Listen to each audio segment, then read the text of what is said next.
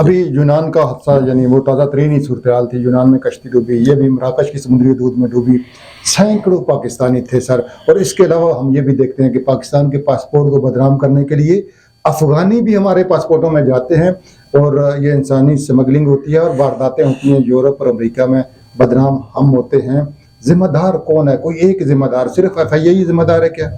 نہیں، اس میں ہم خود بھی ذمہ دار ہیں. حکومت اس لیے ذمہ دار ہے کہ حکومت نے ان لوگوں کو، جو نوجوان جو ہیں، اگر ان کو یہاں ملازمتیں مل رہی ہوتی، ان کو یہاں کاروبار مل رہے ہوتے، اگر ان کو اپنا یہاں پہ روزگار ہوتا تو یہ کبھی بھی باہر نہ نکلتے اور یہ کبھی باہر جانے کو سوچتے بھی نہیں. اب وہ تھائی لینڈ میں آپ دیکھ لیں کہ تھائی لینڈ میں لڑکیوں کو یہاں سے بھیجا جاتا ہے اور ان کے ساتھ جو ظلم ہو رہا ہے آپ وہ سوچ بھی نہیں سکتے. ان کے ساتھ انہیں اپنا وہ فون پہ کالنگ کروائی جاتی ہے اور کالنگ وہ اپنے لڑکی کی آواز میں کروائی جاتی ہے. اس کے لیے کوئی مخصوص ڈیوائس استعمال کی جاتی ہے. اس ڈیوائس کے ذریعے وہ بہت سارے لوگوں سے فراڈ کیا جاتا ہے. تو یہ سلسلہ اب وہاں جو پھنس جاتا ہے پاکستانی، وہ 10 لاکھ 20 لاکھ وہ ڈیمانڈ کرتے ہیں، پھر وہاں سے وہ واپس آ سکتا ہے. ایک تو پہلے وہ بیچارہ پہلے پیسے بھر کے گیا ہے، لیکن پھر واپسی کے لیے پھر والدین پیسے دیتے ہیں تاکہ ہمارا بچہ کم از کم واپس تو آ جائے. کئی ملک ایسے ہیں سر کہ جہاں غربت پاکستان سے بہت زیادہ ہے. ایون کہ ہندوستان کی کئی ریاستوں میں آج بھی لوگ صرف روٹی کی خاطر کام کرنے کے لیے مل جاتی ہے، لیبر مل جاتی ہے اتنے یعنی معمولی سی اجرت پہ. وہاں یہ واقعات نہیں ہوتے. صرف یہ جگ سائی پاکستان کے مقدر میں ہی کیوں ہے؟ اصل یہ ہے کہ انڈیا کے بھی لوگ بھی باہر جاتے ہیں، لیکن کیونکہ ہمیں یورپ کا جنون ہے، ہمیں انگلینڈ جانے کا جنون ہے، اس جنون کی وجہ سے ہم چاہتے ہوتے ہیں کہ ایک رات میں امیر ہو جائیں، ایک رات میں ہم سب کچھ حاصل کر لیں. پھر ہمارے والدین کی خواہشات ہوتی ہیں کہ والدین چاہتے ہوتے ہیں کہ یار ہمارا بچے کے پاس بے پناہ دولت ہو. جب ایک بار چلا جاتا ہے، وہ جس طریقے سے محنت کر رہا ہوتا ہے، جس طریقے سے مزدوری کر رہا ہوتا ہے، اس کی جو آئی ہوئی رقم کو جس طریقے سے ہم یہاں اڑاتے ہیں، جس طریقے سے ہم اسے ضائع کرتے ہیں، وہ بھی ایک بہت بڑا عجیب سا سانیہ ہے، بہت سا المیہ ہے. اس پہ مطلب اگر پوری ڈیبیٹ کرے تو ایک لمبی ڈیبیٹ ہو جائے گی. مجرم کیسے پکڑے جائیں سر؟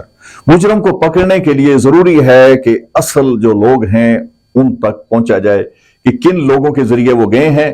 اچھا، ہوتا یہ ہے کہ ایجنٹ سے آگے ایجنٹ ہیں، ایجنٹ سے آگے ایجنٹ ہیں، جو اصل بندے تک پہنچنا مشکل ہوتا ہے. ایجنٹ جو ہوتا ہے اس کو تو صرف 10,000 بچ گیا، 15,000 بچ گیا. جو جال ڈال رہا ہے اس کو تو 5-10 ہزار بچے گا، آگے جو بکیں گے اور معاملات ہوں گے. جی وہ وہاں پہ ہوتے ہیں. اس کو جو اصل مجرم ہوتا ہے اس کے پاس تو اسے بچت ہوتی ہے 10 لاکھ کی، 5 لاکھ کی، 8 لاکھ کی، کیونکہ اس نے تو ڈونکی لگوانی ہے. ڈونکی لگا کے وہ سارا کچھ کمائی کر لیتا ہے. لیکن یہ جو یہاں پکڑے جاتے ہیں وہ اصل ملزم نہیں پکڑے جاتے، وہ پکڑے جاتے ہیں جو درمیان میں چھوٹے سے ایجنٹ کا کردار ادا کر رہے ہوتے ہیں. آپ یہ جو ہمارے نوجوان یعنی شہید ہوئے ہیں، ان کے ورثاء کو اور حکومت کو کوئی مشورہ، کوئی ایڈوائز کریں گے؟